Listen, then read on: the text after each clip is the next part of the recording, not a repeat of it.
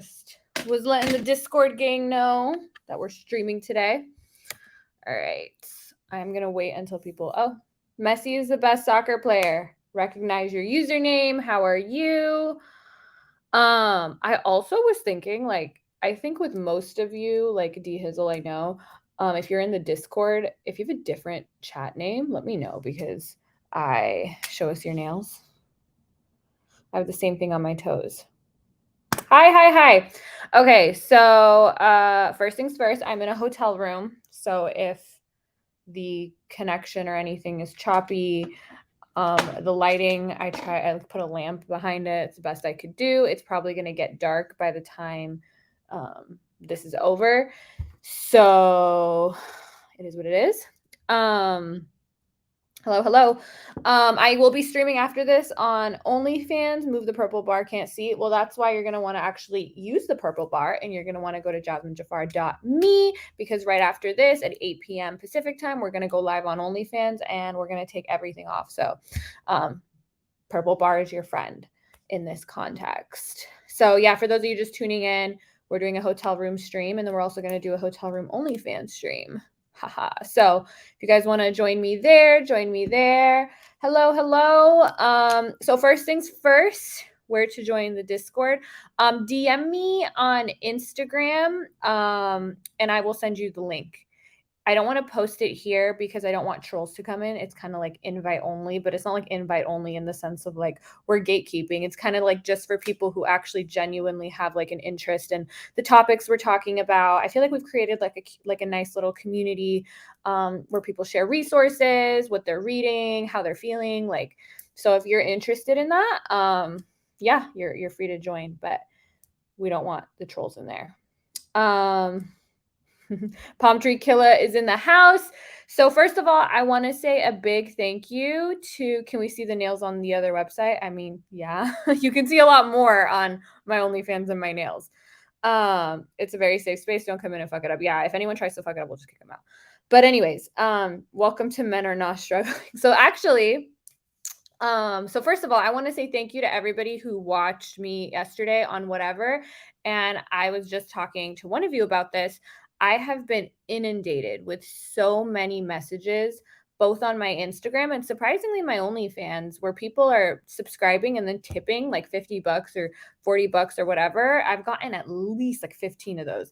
And they're not even necessarily interested in like, they're like, hey, it's my first time subscribing to OnlyFans. Like, you're cute and all, but like, what you said really resonated with me because I'm one of those guys that I don't want to be the breadwinner, or I don't want to work 60 hours in the office. I want to be home with my family, or, hey, like, the way you really said things was really refreshing because they have this view of masculinity on these shows that I don't really identify with. And it was refreshing to see somebody like you paint like a different picture or point it out. There are also people who are just like, hey, you're well-spoken.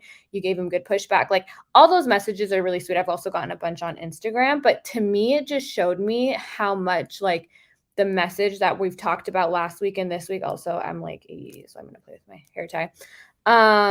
I came for the titties and stayed for the intellect. You don't have to pick. You can like them both. Fit check. No, just kidding. But it just showed me that what we're talking about here and what we've been talking about last week resonates with so many different men, and it resonates with so many different kinds of people. And like I said, and like I've been saying, I think there's such a productive conversation to be had here if we can just get rid of the bullshit. If we can stop making it men versus women. If we can turn it away from, well, looking at me and saying, well, you do OnlyFans, you do this, you do that. I don't like, if we can actually get to the interesting conversations about what we can do to address some of the grievances that men are facing in our society, because they are. And I think to deny that is part of the reason why we're getting some of these toxic figures, which we talked about last week. Can we see the other nails on OnlyFans? The toenails? I mean, yeah. Okay, so I don't remember exactly where we stopped last week, but I might have actually, let's see. I think we were talking about loneliness in men. I think that's kind of where we ended up. But interestingly, like, and I mentioned this yesterday on the Whatever podcast too, is men have, oh, and also today I want it to be super discussion based, discussion heavy. Whatever comments you guys want to have, whether it's about yesterday's appearance, whether it's just about your experiences, whether about what we're talking about, chat away. We're here for an hour and a half. What's my IG? It's just Jasmine Jafar, JAZMENJAFAR. Pretty sure Palm Tree Killer is like periodically dropping the socials. So very often men have fewer friends than women are at greater risk of isolation. The gap has widened in recent years. A 2021 report from the Survey Center on American Life identified a male friendship recession, with 15% of men saying they have no close friends, which is up from what it was in 1990. We also talked about the statistic when we read Johan Hari's book, Lost Connections, about how most people feel like they don't have a friend that they can actually talk to. And I think this is more prominent in men, because you're getting all these different, you've been socialized to think that showing emotion is weakness, etc. So one of the things that actually, the thing that helps me cope the most with everything is I am a talk it out type of person. I'm not a go for a walk. I'm not and this may be like, I'm not saying this is the correct way to do things, but different things work for different people. So I'm not go for a walk. I'm not go for a hike. I'm not go stare at the ocean. I am calling, texting my friends, and I'm able to open up to them. And that's something I always felt comfortable doing. And part of that is the privilege that I've had, that I haven't ever been socialized to think that that's weak or that I need to be tougher. I mean, Palm Tree Killer one time said that though.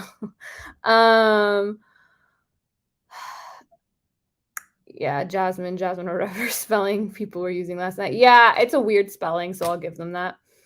Were you satisfied or annoyed with getting the response, I suppose? Yeah, that's Brian's like go-to. I just don't know what to do with it. Like, okay, I suppose. He's like, okay. And I'd be like, okay. And he's like, okay. Unfortunately, I can't talk about my feelings unless I'm under the influence. That's something you should maybe work on. I think it's just good to let things out. And it seems that I'm not the only one who thinks that. That's what it's good for us in general. So we also talked about how when it comes to programs in like initiatives to get men or just students in general, students that struggle with completing their schoolwork or, graduating high school and stuff, how those programs for some reason tend to benefit women and they don't benefit men. So there's like a bunch of like examples here. So like an evaluation of 3 preschool programs showed substantial long-term benefits for girls, but no significant benefits for boys. Project Reads, a North Carolina summer reading program, boosted literacy scores significantly for 3rd grade girls, giving them the equivalent of a 6-week acceleration in learning. But there wasn't anything for boys. So like for some reason, these not all of them, but the majority of them will show that women are the ones benefiting, and if there's any type of gender inequality, it'll be in favor of women. And no one really has like gone to the reason why. It could just be like, we know that men's brains or little boys' brains develop a couple years after women. They have a harder time sitting still doing their work, which is why we talked about, and we're going to talk about some proposed policy initiatives to kind of help with that. I DM'd you on Instagram for the Discord. Will you respond after the stream? After my other stream, yes. And also, if you just want it now, I don't know if my moderator is able to send it to you privately. If he is, then he will. Otherwise, I can send it to you on Discord later. Jasmine shut down several times last night. Anytime you had him in a corner, he just rushed to move on. Yeah, it was nice that, there wasn't like a huge panel because, I talk a lot and I know I do. Okay, moderator says he can send it. I talk a lot and I know I talk a lot. So having only like 3 people I'm kind of talking over I didn't feel as bad. One of the girls, the one that came in late, the other OF girl, she's so cute, and she came up to me after me. She's like, I loved you on it last time. Her boyfriend was really sweet, messaged me on or commented on one of my posts today. They were really sweet. Everyone was really sweet. And I will say this, Lauren, I recognized her right away because I think I'd seen some of her videos. And Brian sat her on the conservative side. So I quickly Googled her and I even sent it to my Discord. I'm like, who is she? Like, what does she think? And I was like, ooh, okay, we got a hardcore conservative. But she was very polite, both on and off air. And so I have nothing negative to say about her. So honestly, I liked Brian was the most problematic one on the panel. And I don't have anything negative to say about him, like as a person. He's very nice on and off stream, accommodating, nice, thanks you for coming, that kind of stuff, which wasn't the case on the other one. Brian really isn't that smart, but he carries himself as if he is. It's weird, even cringy to watch him bargain for time by just staring and say, okay. Well, people say the same thing about me if you look at their chats. So I know we have a pro jazz chat here. I'm going to admit, maybe I'm biased, that if we were to actually survey random people, I think they would be inclined to think more like we do. We obviously can't look at their fan base and their chat as an indication of an objective evaluation of what happened, but also this one might be biased in favor of me. But I think it's true.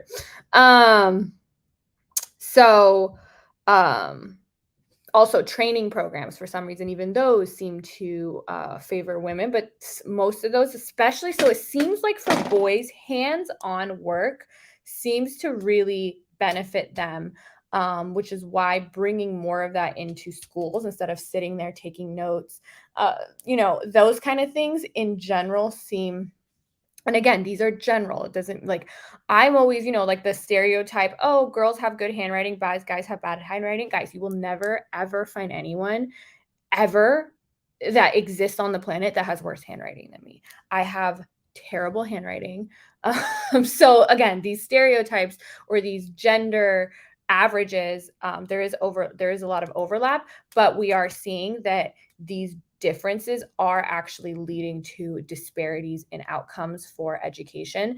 And I'm very interested. And one of the things I'm most interested in when we're talking about male struggling and how to narrow that gap is, or men struggling, is education. I think education is, and labor. Well, actually, all three. The three Richard Reeves talks about, but I mean, it's not that I think, it just that's what this data shows, that people who school isn't the only way to be successful, but school is definitely a good metric for determining how successful someone will be in the future. And if we have a school system that's skewed towards women, that women's brains are more developed for, because of the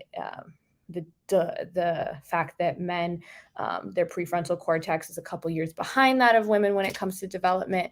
So like I said last time, and as he said, it's not if they develop, it's or how they develop, it's when. And so that's one thing. And then if the system and the testing system and the way things are conducted in class, and it is skewed towards things women are better able to do than men, like sit still, do their homework, those kinds of things, then that's something we need to address, in my opinion. So honestly, one thing I kept thinking is, like, I don't know why the fuck we talked about the draft so much, as if you were there, like, I have no fucking clue why Brian wanted to hone in on the draft, because I honestly, put me on a panel and assign me. So in law school and like legal writing, for your persuasive writing, you just get assigned one side of the case, and then you have to write a persuasive, like, motion or whatever the fuck the assignment was, and you don't know what side you're on. So the exercise with that is being able to argue either position. And at this point, I could actually argue as a red pillar, and I think I would do a better job than any of any of these guys, because I can go up there. I think Richard Reeves made a great case.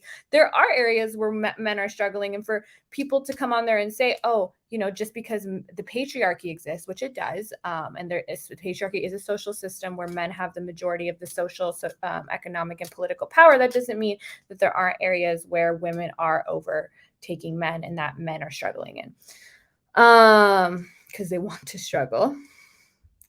Quick. Oh my God, this guy from forever ago Just texted me. It's weird. Okay. um, wonder if he saw me on the show. Males. Okay, so and also the next thing I wanted to talk about is how Te amo David is to, and I don't think this is a big part of the left, even though conservatives make it seem like it's a big part of the left that believes that there aren't differences between men and women. Like, let's just get that out of the way. There are certain differences between men and women. And I think what the right does is they overestimate those differences, or they focus a lot on those differences. They amplify those differences more than they actually are. And some tenets of the right do that, and some tenets of the left underplay them. So, have you seen Barbie? I have seen Barbie. My wife sees the education disparity in pre-K. I think I mentioned it last week. They often recommend the younger boys late spring, summer birthdays to repeat another year of pre-K to get more. So that's exactly what Richard Reeves is saying. It's not even that, because one of the some of the pushback to his policy that he was writing about is, oh, well, what are they going to do? What are parents going to do? That's one whole extra year that they're going to have childcare for boys, and that's going to be expensive. And Richard Reeves says, no, they should just have an extra year of pre-K. So they're in school, they're just doing 2 years of kindergarten, or and before they enter first grade.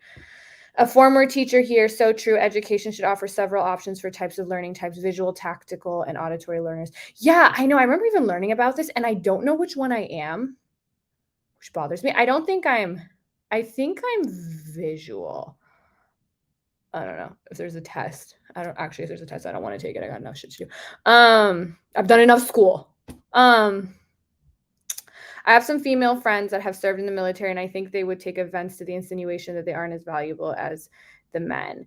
Yeah, no, I think that they are. And I will admit, this is one area I'm ignorant in. I'm not familiar with all the roles people in the military play. So when I think of military, like, other than like, like flying the planes or whatever, I think of people like in Mortal Kombat. So this is just me never having any experience with this.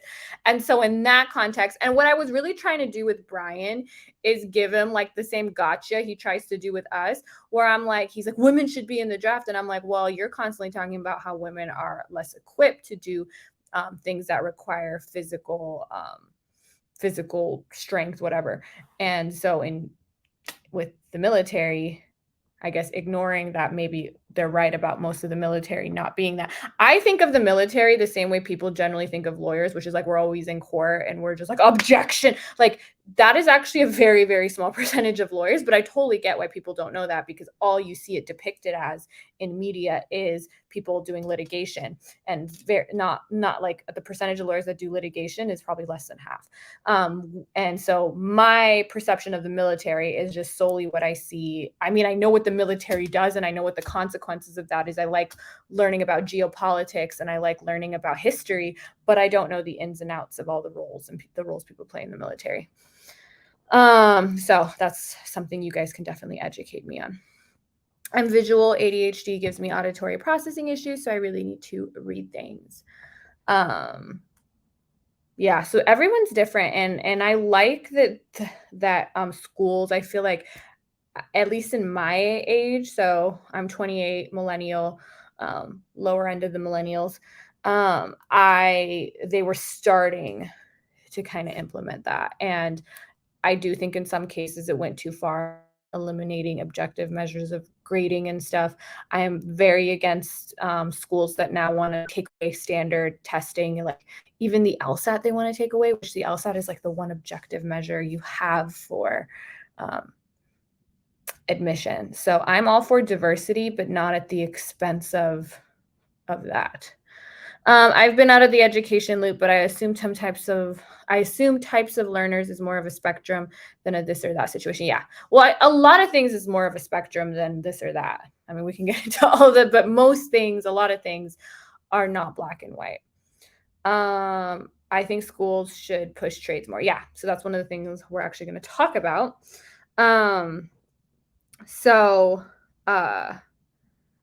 So for instance, we're talking about the differences. So men are typically more aggressive, take more risks, and have higher sex drives than women. So we talked about, oh, I have the study, the one I was trying to remember who the researchers were. So I'm going to get to that in a second. Most studies find the biggest differences are at the tails of these distributions rather than for the majority of people. A large majority of the most aggressive people are male, but the differences in aggressiveness in the general population are much smaller. So this is something that kind of distorts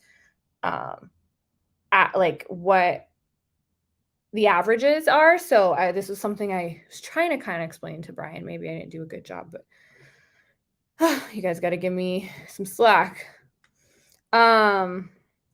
So biology matters, but how much it does and when it does is kind of what we're trying to discern.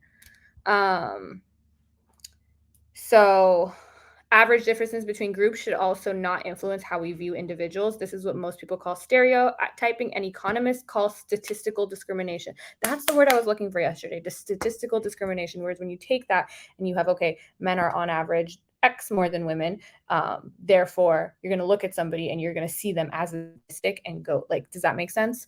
But let's not confuse Brian with any more words like this. So maybe it's good.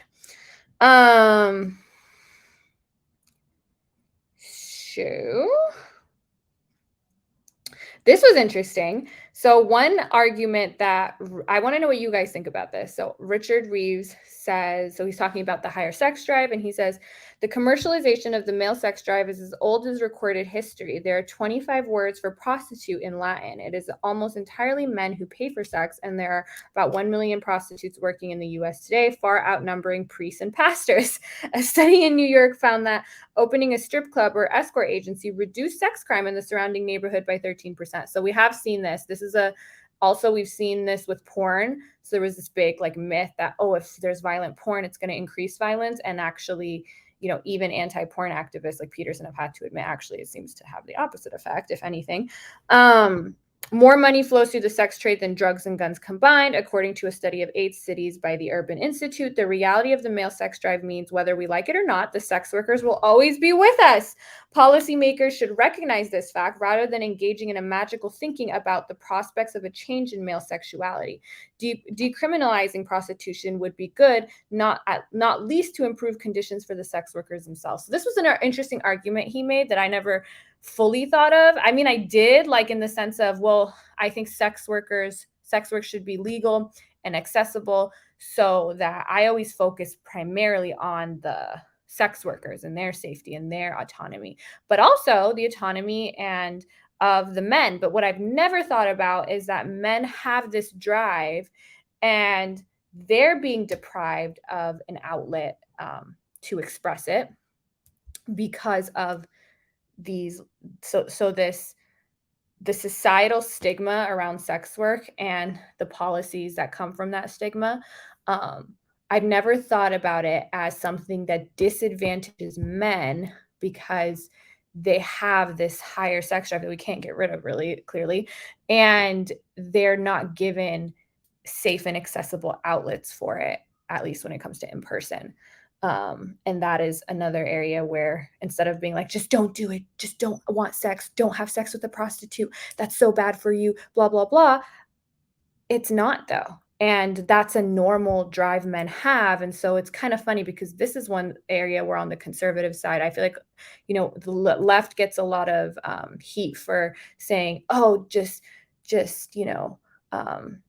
repress your natural masculinity and your natural male urges and your aggression. But then you have conservatives on the right that say suppress your sexual urges and don't have sex with sex workers or don't pay sex workers for sex. And our society kind of has spread that message. And I've never thought about it from this angle. Okay, let's see what I've been missing. I need to learn to breathe when I talk. Hey everybody, miss you a bunch. Oh, Puerto Rican Pie's here. Agreed, there are a lot of good skilled trades that won't be automated anytime too, but we've been told you have to go to college. Yeah. Automation will always be a threat, but you have to be able to adapt and overcome to the situation, be adaptive, learn, etc. I went to college and dropped out. I absolutely hate classrooms, but love learning. I got into the automotive collision trade, and I can now name my price strictly based on the fact no one is doing it. I'm so proud of you. That's awesome. Okay, I'm gonna kind of skip the ones you guys are talking to each other so that I don't stay here forever and try to get through it because this is already part two. We can't do part three. Um, I would fight a wild puma inside the handicap stall of a McDonald's bathroom with my arms tied behind my back and a shake weight glued to my forehead as the only weapon just to have a candlelight dinner with you over. Oh, I'd read this like it was serious at first. But you know what? Very poetic. Welcome, Kyle. Um, Veronica. Hi, girl. Not to sound objective towards women, it makes sense that legalizing sex work reduces sex crimes, like legalizing alcohol gets rid of alcohol deaths due to lack of regulation. So that's one aspect, but this was an angle I never really thought of. So again, it hardly needs adding that for good or ill, culture hugely influences the expression of the driven sexuality of men. One of the most important things young men learn from their surrounding culture is how to express their sexual desire in an appropriate way. But greater male lust is a fact of life. I was like, oh, like this is a fact of life. And the way culture influences the way men express their sexuality. So, as we know, when it's severely repressed, people tend to engage in sexual activities, or they may have a proclivity towards certain sexual urges that they wouldn't normally have. So, we see this in priests. And I've said this before. I notice in my fan base, those from more repressed cultures tend to not have a healthy relationship with sex. So they tend to have more of like an addiction problem, or they like very which there's nothing wrong with having these fetishes, but you can tell that because sex is seen as so taboo, that they try to go for like the most taboo part about it, and that like turns them on, or the most taboo expressions of it. And I think that one of the things we've told men about expressing your sexuality in a healthy way is that prostitutes and sex workers and porn is not healthy, and that's just point blank period, without saying no, there's some nuance to this and actually could be healthy. And there are, not only in the digital world, but in real life, sex workers that, if you've ever taken the time to listen to them, that do serve as not only just physical intimacy for men, but sometimes emotional. Like you hear this all the time from prostitutes. Like some men just pay to talk, um, and they're shamed for that, and it's illegal. So I mean, I guess not technically paying to talk, but you're soliciting a prostitute. Um, okay, let's see. Ever thought of doing this TED Talk in the bikini chat? Um, I might, but I have to be in water for a bikini, so I'm not trying to find water. Wonder if they'll find a correlation between legalizing sex work and decreasing mass shootings. People have thought about this. So there has actually been a ton of work recently. We could do a stream on that has linked, even though the link has kind of been like we've all kind of seen it, linked male mass shooters to kind of like the incel community, the not doing well with women. I always want to like when I do that discussion, I always want to like give the caveat that this doesn't mean, because I used to be like this and I'm like disgusted with myself now, that just because then somebody you see in school doesn't do well with women, is awkward as a loner, that you're like, oh, mass shooter vibes. That's not what I want that stream to be. So I have to figure out how to do that. Um, Critical thinking is the intellectually disciplined process of actively and skillfully conceptualizing, applying, analyzing, synthesizing, and/or evaluating information gathered from or generated by observation, experience, reflection, reasoning, or communication as a guide to belief and action. I love this. Let's pin that. On a trip once to Amsterdam, I happened to walk into the red light district and it was completely fine. No issues, no problems. I honestly felt before going to Amsterdam it was going to be a wild party, but it was one of the cleanest places I had ever been. While talking to a local about food, he told me our way of life is normal for us. So it's you guys that make it weird. As he said that, a drunk American ran down the street with his shirt off, screaming. He just looked at me. Yeah, America compared to other, Western civilized countries, civilized isn't the word, I guess, the West. We are pretty uptight about sex, and like I said, my European fans are like, what like, they are so a lot of them are so comfortable, and they're so respectful because I think what happens is when you make something so taboo, part of how you do that is by demonizing the people that are um, I guess, a part of that taboo industry, that immoral industry. So that's where sex workers get uh, stigmatized. And then when we are in these situations where we're having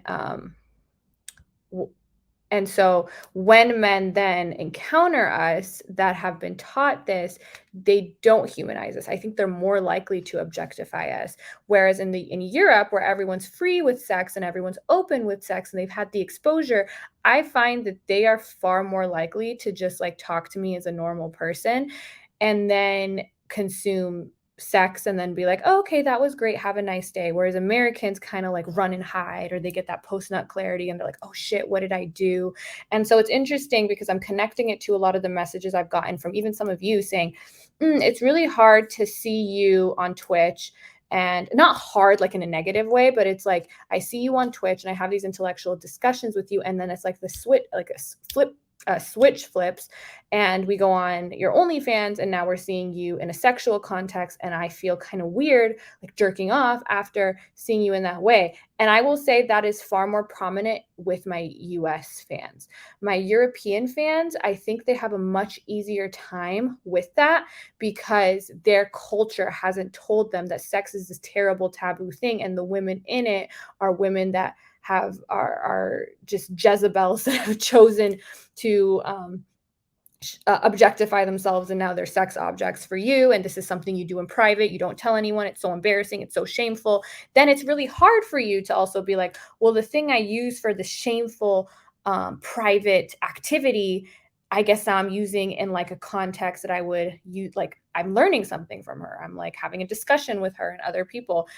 That being able to do that, I think is harder for Americans for that reason. Sorry, guys, I'm also really tired, so I may be my speaking game is one of those days. Uh, US is a lonely place for most, yeah.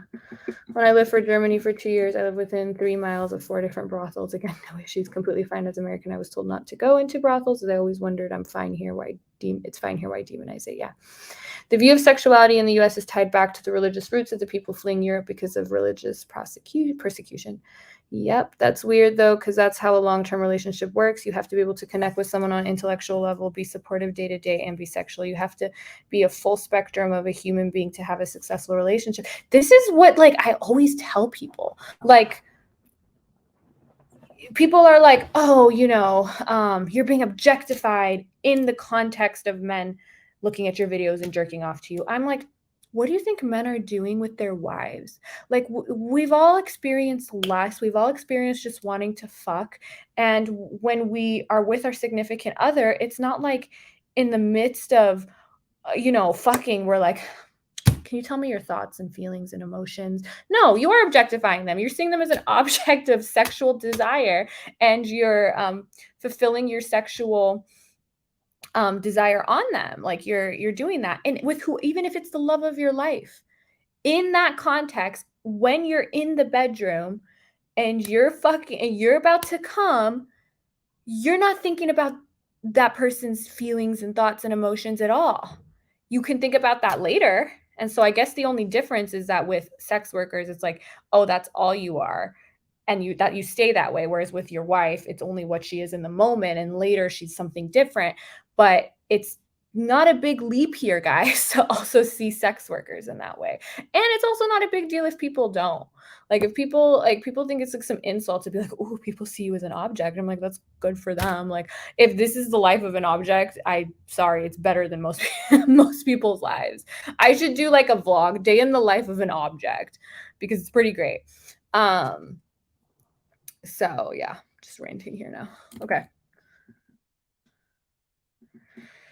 Coming from a heavy Christian background, I was indoctrinated to believe touching myself or even thinking about having a sexual fantasy is mentally crippling and has real world side effects. Yeah. And so then this is what you've been socialized to think. And then you come across a sex worker who now is nothing more than an embodiment of that shame and that. So, of course, we get mistreated. But like I said, our open European fans are just like, hey, how are you? I like your shirt. I like your color. Okay. Can you send me a video of you in doggy style? Yeah, that was super fucking hot. Hope you have a nice day. I just came all over. Bye. Like Americans are that's very weird for them. And in the Middle East, ooh, they don't, but it's like, why not? Jasmine is always apologizing for how she speaks during the streams, yet most of the commentators last night couldn't string a sentence together even with split check. Okay, I just proved my point. Spell check and autocorrect. I think I was thinking of splitting checks, like because of what Brian was talking about yesterday. I also didn't realize how fast I talk until people kept commenting it. And so one of the things I'm telling myself is sometimes, as you can tell, I talk fast and then like I freeze because the word doesn't come to me. I'm like, why don't you just talk slower? And then, but I don't think I can. Were your folks pretty repressed? I think most people of that generation well, actually, to be honest, they in the Middle East, there is very much a culture. There's very much a fresh and fit endorsed culture of women needing to be. So my mom was a virgin when she married my dad. She's never even kissed anybody but my dad. But my dad probably, I mean, he doesn't like tell us, but he could have and probably did. In fact, I think I know he did because I know he had a girlfriend when he first moved here, before he met my mom. They're like, it's okay for them to do that. Can you talk about content strategy, content creation, self-marketing, etc.? Yeah, I could do a stream on that. I just don't think I'm like good at it. So I don't know if I'm the best resource at this time. Once I feel like I know stuff, I love to share it. But if I don't have information that I don't think is already out there in a much better form, then I don't want to just give you that. So I feel like at this point, I could do a great stream on OnlyFans and the ins and outs of OnlyFans and how to market yourself to your fans on different platforms. I actually did a YouTube video on this. What I do, like my big thing is authenticity and, whatever, but I'm by no means the queen of content creation and all that. Hate to tell them, but the majority of the manosphere sees women as objects, so not sure why they are so up in arms about sex workers being objects. Very good point. Yeah, you're a New Yorker. I'm not, but I love New York. Okay. So I thought that was really interesting because I'm a sex worker and that was just like one page in the book. But also, there's a caption here, fragile manhood. Anthropologists all agree manhood is fragile. Womanhood is more robust because it is more determined by women's specific role in reproduction. As the feminist anthropologist Sherry Ortner writes, it is simply a fact that proportionally more of a woman's body space for a greater percentage of her lifetime is taken up with the natural processes surrounding the reproduction of the species. Womanhood is defined more by biology, manhood more by social construction. This is why masculinity tends to be more fragile than femininity. When is the last crisis of femininity? That is right, never. Culture has played a particularly important role in channeling the energy of men towards positive social ends, especially by teaching them to care for others. But this behavior being learned is fragile, warned Margaret Mead, and can disappear rather easily under social conditions that no longer teach it effectively. This is a warning we should heed. Interesting passage. What do you guys think about that? Culture has played a particularly important role in channeling the energy of men toward positive social ends, especially by teaching them to care for others. But this behavior, being learned, is fragile and can disappear rather easily under social conditions that no longer teach it effectively. So I hear this a lot with religion, that religion is good or marriage is good because it kind of hones in men's, I guess, natural beast-like nature, which I don't subscribe to. I'm not saying that's what Richard Reeves is saying, but this is what I've heard people like Ben Shapiro argue. And I don't agree with it from like a religious standpoint, that religion needs to be that authority. It's just culture. Like, in fact, societies that are less religious, the men tend to act better. Like in Scandinavian countries, there tend to be less sexist and less violent. And so I wouldn't even say religion is a good way to constrain negative expressions of masculinity. I have a question that's not on topic, and I'm wondering where I would be able to ask you this question. Instagram, if you're on my OnlyFans or Snap, those are the best two, but besides that, Instagram. Culture is such a fucking joke right now. Morality and integrity is so far out the window that it hardly even matters anymore. It's more about who's first to speak or louder to speak. I think there's some truth in that, but I think there's still a lot of people in this world who amaze me, like how high integrity are. So don't lose hope. There's so many people that you're just like, wow. And it, for every person that you're like, how are you like fucking like, why do you exist? There's another person that amazes you with their grace, empathy, all that, integrity. So this is the study I was talking about. Okay. So this is what I wish I knew and I could do it better, but this is actually the page that it was on, and then I screenshot it. I have actually the physical book right there, so maybe I'll bring that and show you guys, but this is the graph.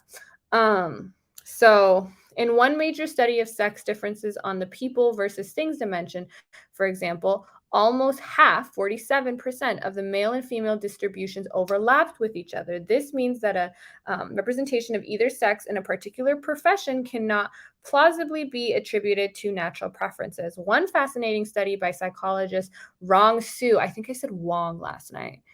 I meant to say, I should have said Rong Su and James Wong, compared the proportion of women who would be expected to be in various occupations based on gender differences in interests with actual members. Some of the results are reproduced in figure 7.1. Su and Rounds found a good match in many fields such as mathematics,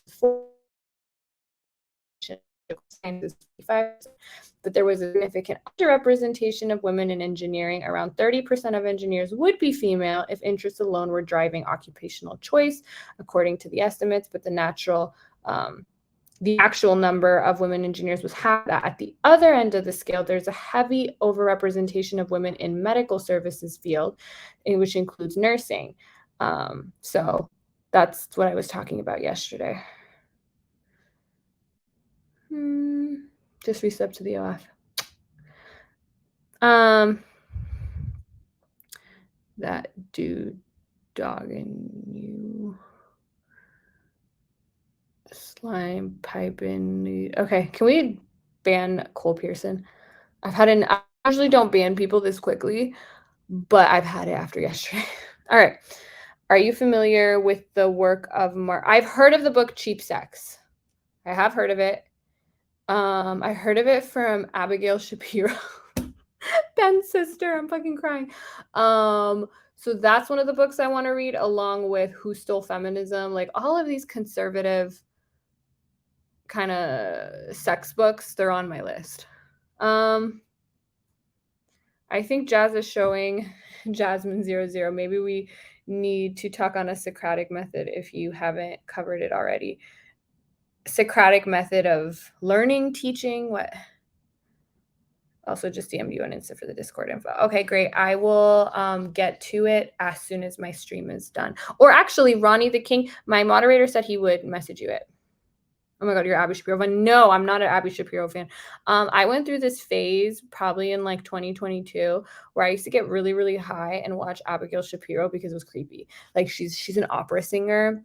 So she's just very like her mannerisms are very bizarre. And you know when you're high, how like I used to take an edible and like her face was just like very like weird the way it would move and the way she would say things, and it was also like funny. It was like kind of comedic because she's not good like Ben is. Like Ben, I disagree with him and I think he's wrong, and a lot of times you can see where he's wrong and inconsistent, but he knows how to come off like you're never gonna laugh watching. You're gonna be like, oh, like, but her, you're like, if you guys ever just want to go down a weird rabbit hole, like she literally makes videos like 5 ways to be feminine, and it's like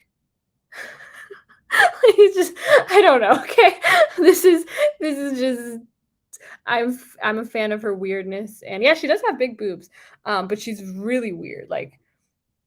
Like when she says she was bullied her whole life, like you can just tell. And I'm not saying that to be mean, but I don't care about being mean to her because she gets online 24/7 and talks shit about women. So I'd be interested in purchasing a course about your knowledge of content creation marketing. I'm not selling anybody anything like that at this time. I will give you everything I know for free. But I don't think I know much. Okay. So he does, I said, spend a chapter talking about where the left is failing men and conservatives. And this is the little one of the paragraphs he had in the conservative book section. And sorry, getting folks to question their beliefs. Ella Peter. Yeah. I never know how to say his last name. I always read it, but I don't. Just Googled her. She doesn't look real. Myron destroyed you. I would beg to differ. Also, why are you on? So you followed my Instagram from the time I was on Fresh and Fit, and then you went on my Twitch. I think they'd be disappointed in you. I think this is what they would consider simping. So if you're gonna play for their team, you probably shouldn't do shit that would make them clown you. Okay.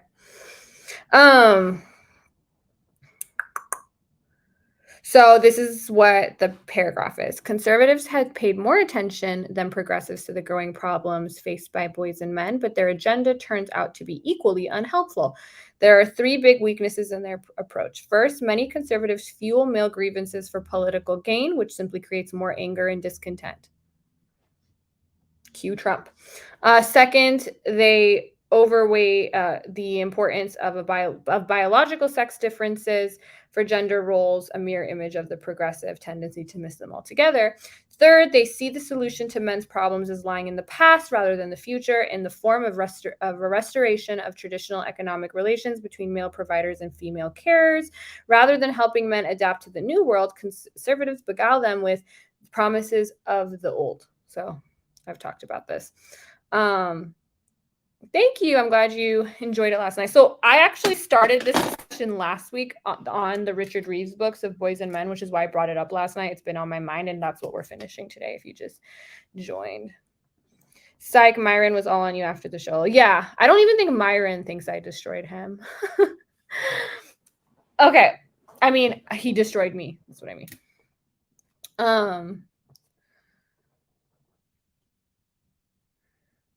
The dark. All right, Hazard Stint. They just talked with the other ones, the other shinobis, and we decided to kick you out of the club. I agree. I bought your OnlyFans love from India. If you just bought my OnlyFans in 40 minutes, I'm gonna go live on there. Totally free. Come join. He really did try to hit on her after the show. He made sure that he would not split the check. Yeah, he thought that would be like a selling point for me. And it's funny because he's like, oh, you need a not. Like, I don't know what conservatives think liberal men are doing, but liberal men open our doors too. They are like, this is the weirdest. I said this last time. It's the weirdest like trope, like of, oh, you need a conservative strong man because if someone's like beating your ass on the street, who's gonna help you? I'm like, do you think like liberal or left-leaning men like don't help? Like, do you like, I don't understand what you think. Like, I've only dated liberal men and I've never split like like they've always, you know what I mean? They've always been chivalrous.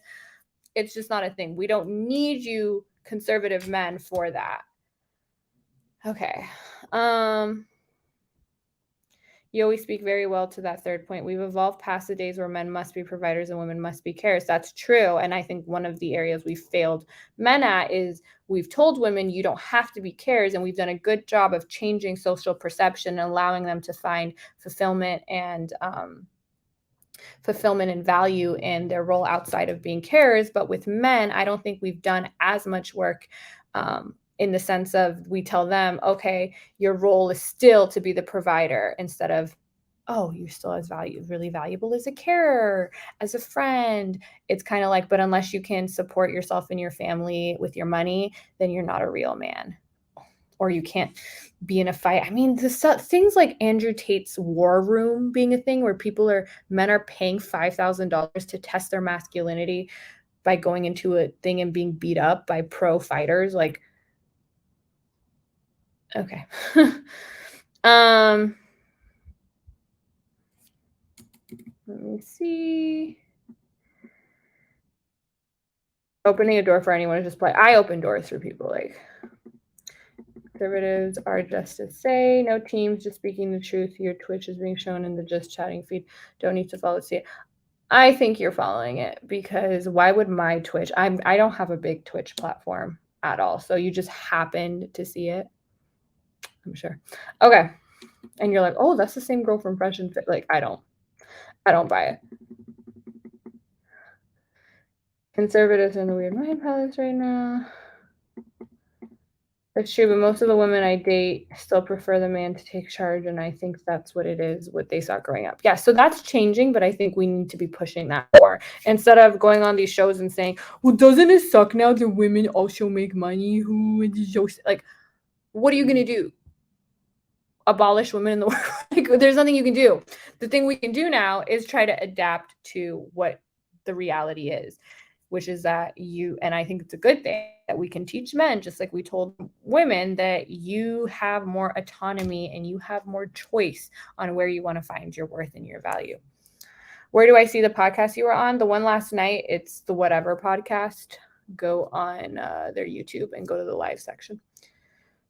I strongly agree. Girls in schools are always a priority for STEM stuff, where boys get the status quo, boys will be boys treatment. Mm-hmm.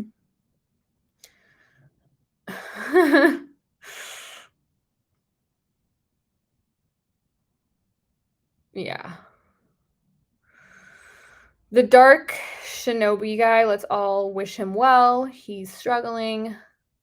Let's kick him off. I don't think he's productive to this. Are you a socialist or at least leaning?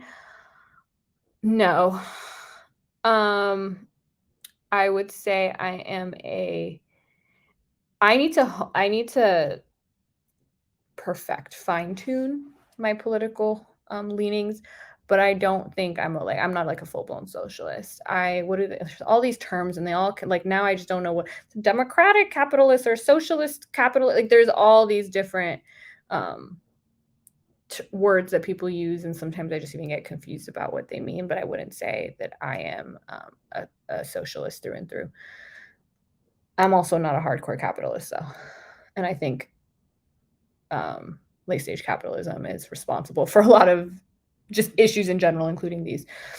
Democratic socialist, yeah, that might be where I am, but I also need to like relook at that definition, because you know what, these are just words that have been hijacked by both political parties to mean different things. If someone says I'm a democratic socialist, and someone's like, no, you're not, because this is what it means. They're like, yes, I am, because, and I need to figure out what it actually fucking means. I assumed you were leftist, which is more of a Bernie stance. I was a Bernie supporter in 2016, and 20. Well, actually, wait, 2020. Did you run it? I don't remember what the fuck happened in 2020, but in 2016, I remember I was a Bernie supporter. What advice would you give to first-year law students? I could go on this forever. Just really, really quickly. Don't work smarter, not harder. And the people you see raising their hands for everything, the gunners that like how they read everything, they know all the details. That's not your goal. And a lot of times those kids don't actually end up doing really well on the exams. Outline, look up briefs, learn the black letter law, those kinds of things are what's going to help you, not knowing every single little fact in every single case and like wasting your time and burning out. That would be my biggest advice. Okay. Also, does the chat need to stick to a specific topic? No, not generally. Although sometimes if I'm trying to like get a specific topic, I'm trying to talk about a specific thing, I might just ignore those chats until later. I personally don't care for democratic socialists. I prefer social democracy. Like, yeah, this is the stuff I need to. Unlike a lot of the internet, I don't actually like to speak on things until I have done my due diligence, and I haven't done it on this. So some people yesterday were telling me like, you can't be a libertarian and be left. I was thinking of it more in like that political spectrum where it's like authoritarian right left and then libertarian right left. What law did you specialize in? I used to not say, but estate planning, I say it now. To be fair, does anyone really know what happened in 2020? There was, I don't even, yeah, I don't even, it feels like so long ago, but it also feels like not long ago. And then it feels like it didn't happen, but it feels like it changed everything. I'm just, yeah, especially for me, because at least 2020 was the pandemic. In 2021, I changed my whole life and my whole life trajectory to do what I do now. So I'm kind of like, what happened? I'm a Marxist. Cool. I have no I like, unless somebody comes here and tells me they're a white nationalist, I'm gonna be open to hearing everybody's political ideologies. Are you planning on retiring your parents? My parents are well off. My dad's already retired. And my mom, at least she's younger than him and she wants to keep working and she does well for herself. You should look into Charlie, is it Munger? One of the big things is you have to know enough about a topic before you can have an opinion on it. Exactly. And that is also why people are like, oh, she just throws out stats and research and stuff. Like, yes, because I didn't want to come on a dating show or a red pill space and not research your claims. And when you research your claims, I always get the you and Destiny statistics. It's like, no, these aren't my statistics or his statistics. These are just like all me and Destiny did was look up male and female or men and women divorce outcomes. And every single source said the same thing. So I just don't know if none of them do. I don't research or what's going on. I actually asked Destiny, I was like, do these guys just rely on like their audiences being stupid and they know they're not telling the truth, or do they also think this? And he said like, no, the red pillars just don't do research. They like what I think happens is like they'll say something and then maybe like one of their subscribers or followers will send them a few of those which now I'm so familiar with. I know that 2018 GSS graph so well. I know the study where men find women between 21 and 25 the most physically. I know all these studies and I know they know them because their followers probably sent them and they never actually did any research on their own and they just grabbed it and with it. So yeah. Oh, thank you. People hate to go up against studies. And I get the argument that statistics can be skewed but not really. Like when we're talking about things like how they conflate the college educated thing, like that's just what they're doing. That's just them conflating shit. That's just like literally what's happening. Or the divorce outcomes. Like this isn't something, there's nothing that shows that women actually benefit financially more than men in divorces. Like there's like literally not one source that says that, which that tells me, okay, this isn't like one flimsy study. This is like just established. We got a chat from the moderator. All the red pillars give big, I only read the abstract vibes. If that, I think that's being generous to most of them. I think like a Michael Sartain, Rollo Tomasi could get that. I only read the abstract vibes. Myron, and I don't think Fresh reads anything, much less abstracts. I don't think Myron does either. I'm being kind of mean to Fresh, and he wasn't that mean to me, but I'm sorry. Brian 100% can't read. I don't think for Brian to have a show like this, And I had to sit there and explain to him how he's conflating he has the selection bias when he's talking about college education and how access to promiscuity has to have another premise if we're going to have the conclusion of women are more promiscuous. Like, I really try to explain this to him. I'm like, premise one, women have more access and are able to have more sex. Therefore, women are more promiscuous. I'm like, do you not see there's a gap there that we're missing? And that's what doesn't have any evidence. And he was just like, but they have more access. I'm like, yes, but their behavior, that access isn't translating into promiscuous behavior. And he's like, but they have access. I'm like, okay. All right. All right, let's see.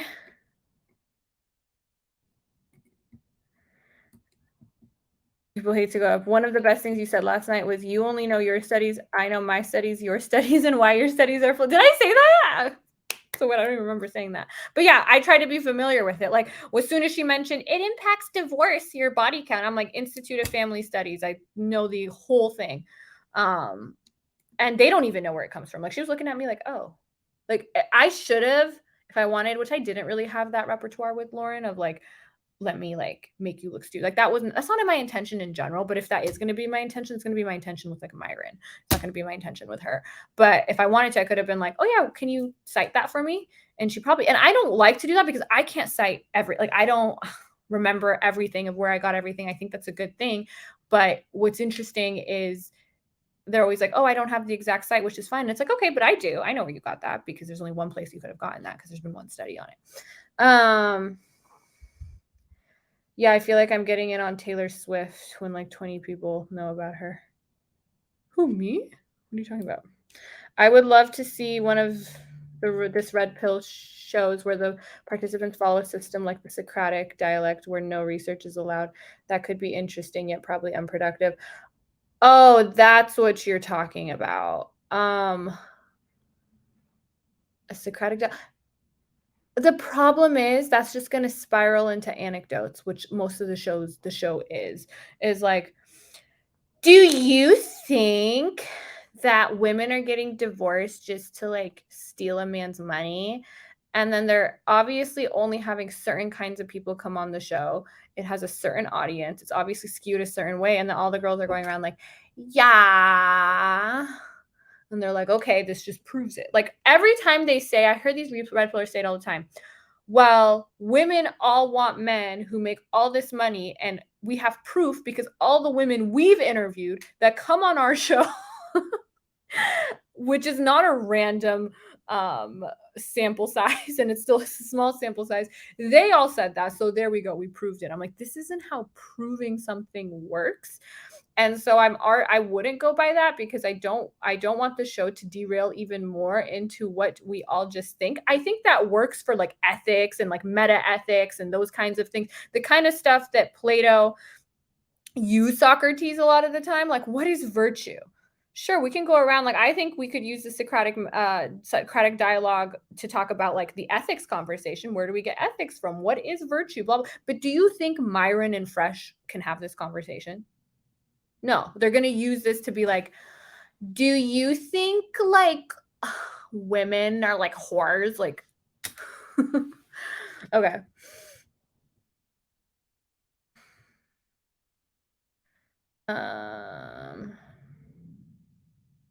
Brian deeply embarrassed himself last night. Wish you were my law professor. I would get a certificate for never missing class. Do you guys, is the ABA rule still in place after COVID that you can only miss? That was the most fucking annoying thing, that you could only miss a certain number of classes before you're automatically dropped. But women have more access. What is up with the term body count? Are we not adult enough to say? I have never heard the word body count ever in my life until I started seeing this stuff. I also never heard ran through. They're like, she's ran through. I'm like, adults just don't speak this way. That is why I know a lot of people call cap on me being a lawyer because I do porn. But I am calling cap on every single lawyer that comments 304. I'm a real lawyer and I can tell you she's stupid because I'm a real lawyer and 304 slut whore. I called it out yesterday. I'm like, lawyers just don't speak this way. Like even conservative ones, like I said, they'll talk like Lauren, but Lauren isn't the type of person to talk like that. Like they just don't behave this way. Unless it's like someone who's really living a double life, like they're professional in person and they're whatever. Because men who act like red pillars can't function in the corporate world because that kind of behavior, that kind of blatant misogyny, sexism, you cannot go into a law firm where supposedly, especially if it's a law firm, I mean, half of lawyers are women. So half of your colleagues you think are inferior to you and you're calling them 304s. Where do you work? There's no way. Okay. I can't imagine how difficult it was me for someone of our intelligence to be on a show like that with the yeah. But fighting the good fight. Makes so much sense. I got it as a trial attorney. He would have killed it. You know what's funny is I never wanted to do that because I'm so shy. I'm actually really shy. And I used to always think, because content creators used to always be like, I'm so shy. And I'm like, okay, no, you're not. But I'm like, maybe this is something about like shy people that we just can talk to a camera, but we're like mortified in person because that's me. I would refuse to go on any talk show that refuses to be funny. Socrates asking what piety is reminded me so much of what promiscuity was on Fresh and Fit.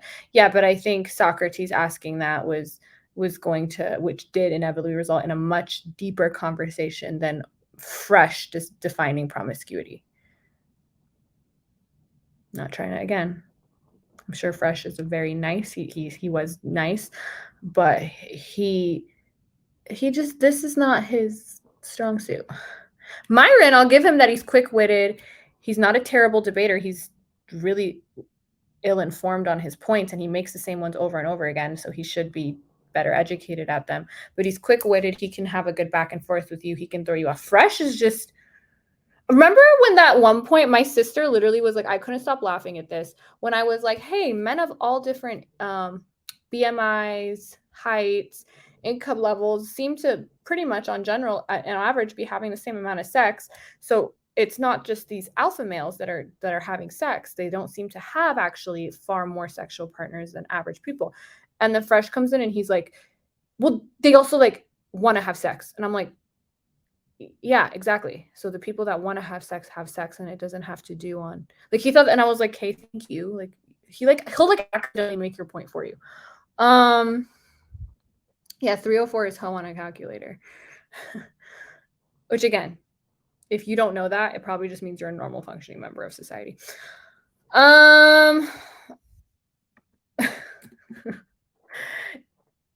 It's actually hoe upside down on a calculator. Huh? All right, guys, 20 minutes left. I want to get through this. So,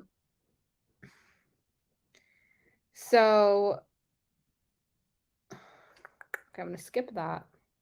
Oh, I thought this week, I know some of us in here are pretty anti Jordan Peterson, and I thought this was a good paragraph on him. If it was just lobsters, Peterson's overweighting of biology would not matter too much. Unfortunately, it also distorts his views on gender. He points out that women are more agreeable and conscientious than men, more into people and more nurturing. Men are more aggressive, status conscious, driven by sex. This is all true. The real question is how far these gender differences can be relied on to explain gender inequalities in current societies. For Peterson, it seems a great deal. While progressives make the mistake of denying any biological basis for sex differences, conservatives like Peterson, and he is quite representative in this regard, make the opposite error of explaining away current gender inequalities with an appeal to nature. They end up justifying disparities that are much too wide to be attributed to natural causes. The question of occupational choice is a good example. In an interview, Peterson said that men and women would sort themselves into the same categories if you leave them to do it of their own accord. So far, so good. But then he went on to say ratios of 20-1 of men to women in engineering and the other way around in nursing are a consequence of the free choice of men and women. We talked about how that's not true. These are eradicable differences. When Petersonian, oh my God, I never even realized he wrote that. Petersonian conservatives see that only 15% of engineers are women and only 9% of nurses are men. They see nothing more than a reflection of natural sex differences. These are much higher proportions after all than 1 in 20, but remember the study by Sue and Rounds that I cite that we talked about, showing that if occupational choices actually match underlying preferences, there would be at least twice as many female engineers and male nurses. So kind of what I talked about last night, and a critique of Peterson that I think is valid. The first time I heard of Jordan Peterson was when a coworker suggested him to me. That was enough for me to be highly suspicious. A couple YouTube shorts was all I needed to nope the fuck out of there. Glad you caught on early. Some people take longer. Also, a study that I thought was interesting that pertains to conservative political pundits using to achieve their political ends and agendas. A fascinating study conducted before the 2016 election, Dan Casino, a professor at Fairleigh Dickinson University, added an unusual question to a survey of voting intentions. Do you earn more, less, or about the same as your spouse?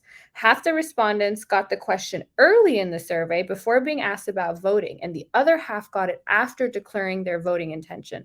The question was intended to prime men to think about potential threats to their gender roles, Casino writes. The results were striking. Men asked the question about spousal earnings early in the survey were much more likely to say they would vote for Donald Trump than Hillary Clinton. This was a small poll of around 700 registered voters, but Casino's experiment hints at the potential for politicians to activate and exploit male anxiety about the loss of status. I mean, I think Trump is a great example. Let's bring America back, losing our status as men, instead of like what I advocate for and Reeves advocates for, a vision of men moving forward. They're like, we need to go back. The only way forward is backwards in order for men to have that status. And I thought that was cool. Well, personally, as a former drug user, his 12 Rules of Life book helped me a lot putting my act together. Yeah, I'm glad. I like, that's the thing with someone who, like him telling you to clean your room and make your bed and get outside and exercise, like you're never going to find me being like, don't do that.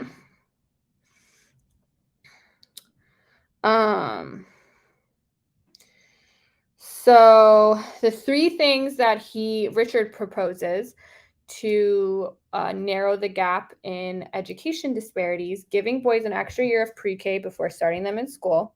Dee Hizzle mentioned this. A recruitment drive of male teachers in classrooms, and significant investments in vocational education, including more technical high schools. I love all of those. Male teachers seem to have a good impact on boys, particularly for Black children and Black males. Having a Black male teacher seems to have a great impact on them in their futures. So I think, is it Mo, who is a teacher or was a teacher? I think that's great. Maybe more of you have had some teaching experience. I think maybe one other person said they had. And I think that's so amazing because you are needed.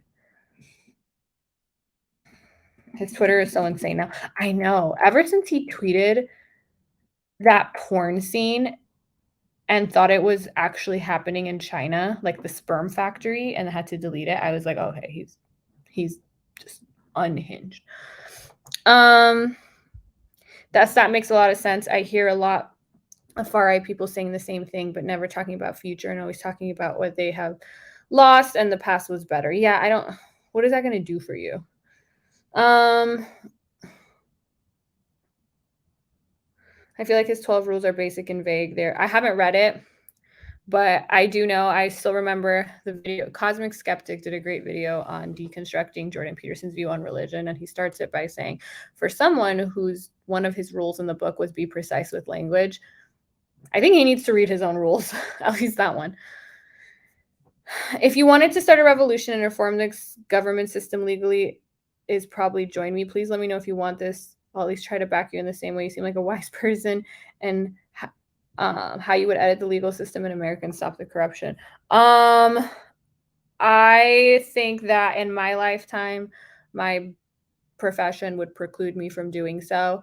I also would love to. I don't think I'd be the best person to do it, but I think I'd be a good advocate for um, anyone who is pushing those policies, and I can do it from my little corner on the internet.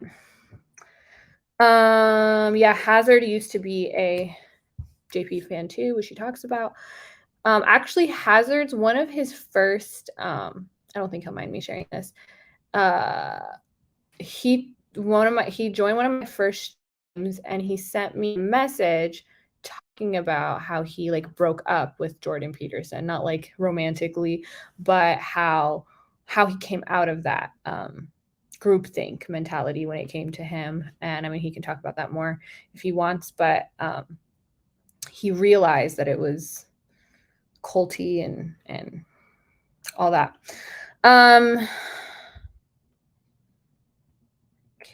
Okay. Yeah, Mel, the former. Yeah, me. I'm reading an exclamation point as an L. That's what's going on.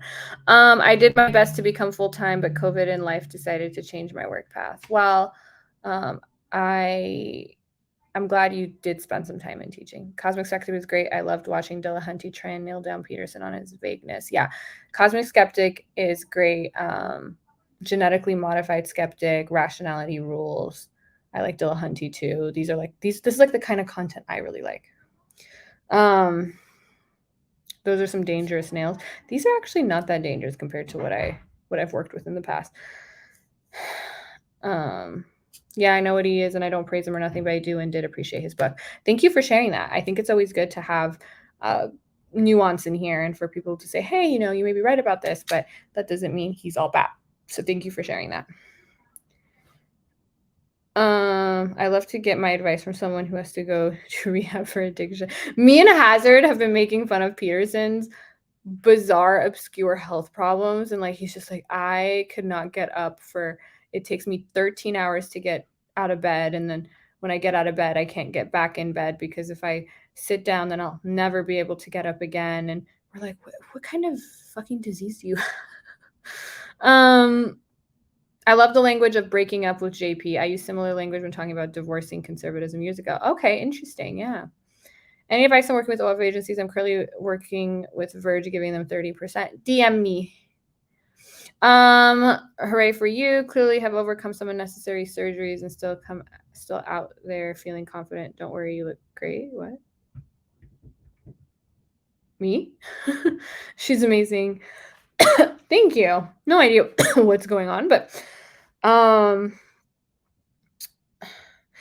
interesting stat. There are now twice as many women flying US military planes as there are men teaching kindergarten. I should have brought this up to Brian yesterday.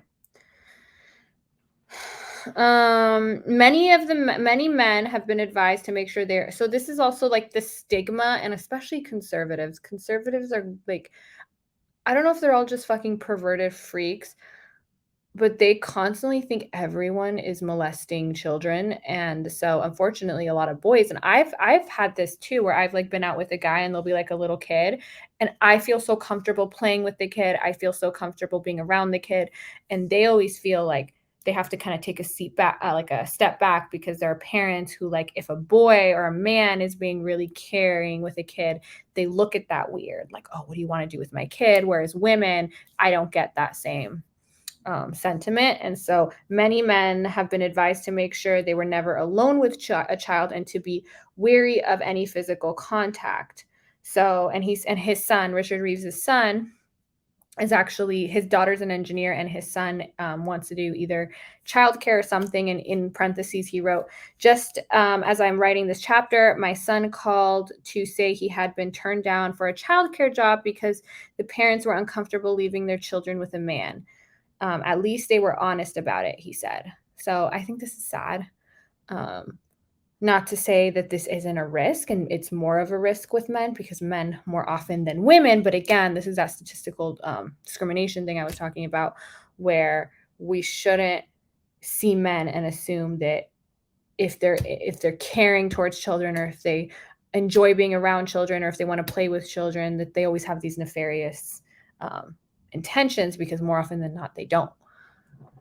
there are way more men that are just caring and love kids and want to be around kids and want to take care of kids and teach kids, and there are men who want to abuse kids. He legit makes up crazy reactions to just being a person who people disagree with. I love that. I know someone's like, so you were kind of like maybe wrong about your weird snake analogy. And he's like, well, I can't breathe anymore because it took me 8 months in Russia to breathe. It's like, okay, yeah, I got that stigma too when I was a teacher. Story time if you want to hear it, your choice, Jazz. Sure, if you want. We only have 9 minutes though, so if you have time. Hey everybody, new here. Hope stream is going well. Hi, welcome. So we only have 9 minutes left, but I hope you join next week. Then we're gonna go to OnlyFans and do like a freakier stream. But we are talking about Richard Reeves, and we're talking about ways, maybe policy initiatives that will help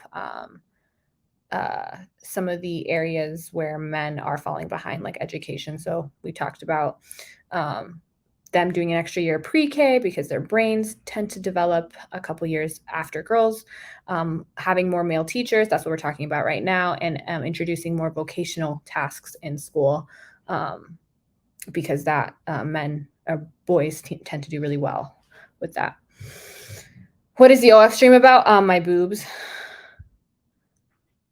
9 minutes, I know. So I always usually stream Mondays from 6:30 Pacific to 8, and then I stream on OnlyFans after.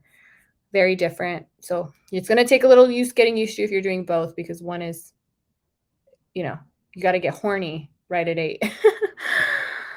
That sounds like a great convo. I missed out. Well, the replay will be on. I also did part 1 last week, so that will be on too, and I hope you join in future streams. Okay, so yeah, so we also talked about adding those vocational tasks. So on average, male students tend to do better with a more hands-on and practical approach to learning, and so benefit most from a more vocational approach. So we've talked about this. Incorporating more practical or more vocational elements into the general curriculum, and especially creating more standalone technical schools. I think that's a great idea. I'm also a big proponent of trade schools. OF stream is not like this type of topics. No. OF streams, I'm scantily clothed, and then I usually take off my clothes and I do stuff on camera. I am still a sex worker, guys. Let's not forget. Sure. Short story. I was a sub at the time, and when I was walking to work, a student ran up to me and gave me a hug because I subbed in her class weeks before. The girl was 10 or so, and her mom yelled at her to get away from me and reported me to the school staff. I was in my work uniform and name tag during the whole. Yeah. Terrible. Yeah. Yes? No, thank you. Okay. She's sober as a child chat. Sorry, I'm in a hotel room, so I guess they were asking me if I wanted room service. This is a much better chat today. Last week had a few trolls. Yeah, that's why I just kicked out the trolls this time. I am more than okay with disagreement, criticism, but I'm very against banning people, but if they're just here to derail the conversation, then single dad taking my kids to the park is always a problem. Yeah, I'm sorry. Ridiculous. Revisited the same book of Boys and Men. Yeah, this is part 2. Definitely gonna come back and check you out. I hope you do. So I think there's a good reason to expand apprenticeships too, for everybody, not just boys, but that's a really good way to learn, and it seems like boys tend to excel with apprenticeships, sometimes more than they do with traditional school or college. So let's see what else. What do I want to talk about with the last 5 minutes? Oh, okay. I guess we'll start. So we've talked about a little bit of labor, and so with labor apprenticeships, etc. And then with fathers, like the role of fatherhood and having men just like women have expanded their sense of identity and self to their role outside of the home, I think fathers have to expand. Bruh. You know I'm on stream. Sorry, Palm Tree Killer just FaceTimed me and he's in here, I think. Uh yeah, so expanding their role just like women have, finding identity in the workforce, I think fathers can find their role in the home beyond just being the breadwinner. So paid family leave for both men and women is the policy he's in favor of, policy I'm in favor of. And it doesn't have to be in the nuclear family. So he talks about how one study finds that adolescents close to their non-resident fathers do better than those with resident fathers with whom they are not close, is measured by higher self-esteem, delinquency rates, and mental health. There is no residency requirement for good fatherhood. The relationship is what matters. So this isn't a push for nuclear families and marriage and the church. And this is not for anything like that, but this is more so in men finding that their role isn't solely in am I paying, am I supporting? It's more, am I there? Do I have this connection? And this isn't just good for the child, but it's good for the father. And you don't have to live with your kid, the studies show, to actually, it's about the relationship you have. Okay, let me see.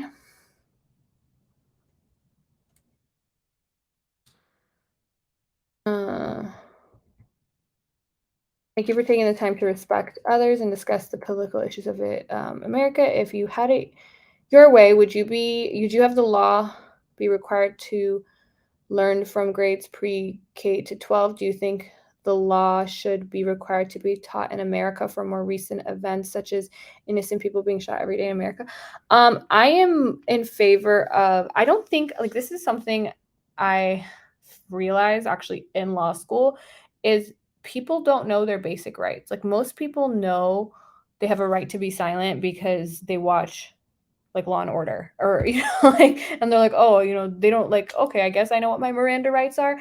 But do you know, like, if you get pulled over, what a cop can and can't do? Now, I think you should comply, unless, see, this is the thing, you don't know what is an unreasonable search and seizure and what isn't. And some of that is the gray area, and that's the stuff we study, but a lot of it's black and white.